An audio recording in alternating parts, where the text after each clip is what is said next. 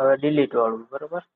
ડિલીટમાં આપણે શું કરવાનું, એક બટન મૂકવાનું ડિલીટનું. પછી એમાં જેવી રીતના આપણે એડિટમાં કેમ આઈડી પાસ કરાવી હતી, એવી જ રીતના પર્ટિક્યુલર રોની આઈડી પાસ કરવાની થાય, બરોબર.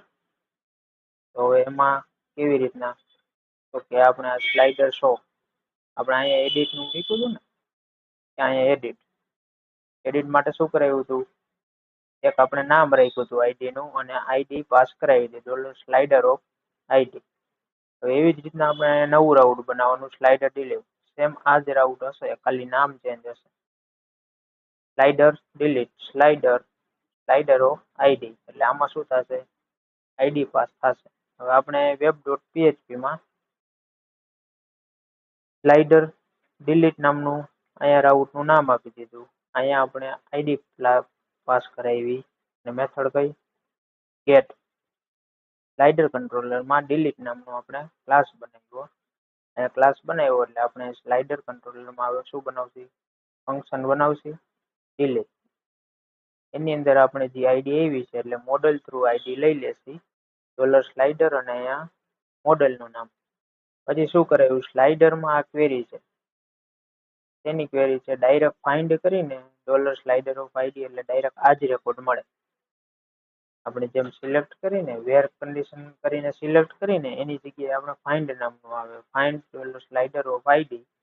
એટલે આ આપણે આઈડી નો જે રેકોર્ડ છે ને બધો રેકોર્ડ આપણને મળી જાય ડાયરેક્ટ, ખાલી એક જ રેકોર્ડ મળશે એમ, જે આઈડી એવી છે ને એનો. પછી શું કરાયું, એને એક વેરિયેબલમાં લઈ લીધો. પછી આપણે ડિલીટ કરવી છે ને ફાઇલને, એટલે નકર અહીંયા પાછળ ડિલીટ કરીને ડાયરેક્ટ ડિલીટની ક્વેરી કરી શકીએ. પણ શું કરવું હતું કે આપણે આમાં જે ઇમેજ છે ને ઇમેજને ડિલીટ કરવી. જ્યારે આપણો રેકોર્ડ ડિલીટ થાય ત્યારે આપણે શું કરવું, એ ઇમેજને ડિલીટ કરવી. એટલે શું કર્યું, આપણે જેવું એડિટમાં યુઝ કર્યો હતો એ જ સેમ ટુ સેમ છે.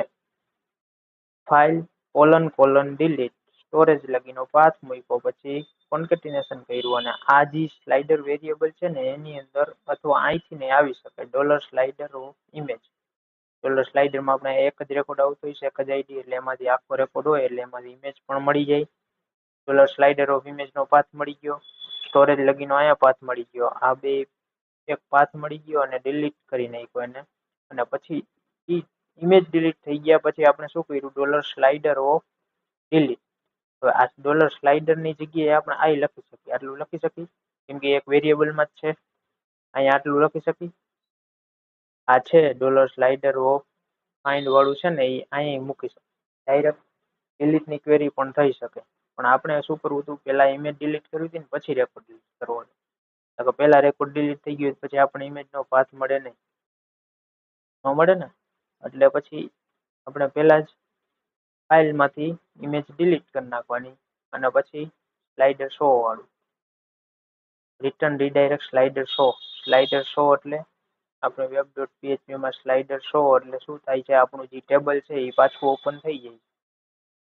એટલે આપણે શું થયું, અહીંયા ડિલીટ કરશે ડિલીટ, તો શું થયું, પાછું ઇનિન ટેબલ ડિસ્પ્લે થઈ ગયું અને અહીંયા મેસેજ આવી ગયો. આપણે સક્સેસમાં શું મેસેજ આપ્યો, સક્સેસમાં આપણે મેસેજ આપી દીધો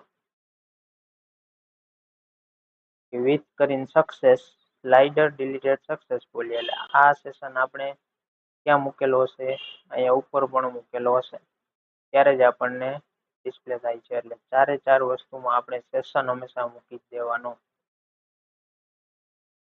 બરોબર. આવી રીતના ડિલીટનું છે.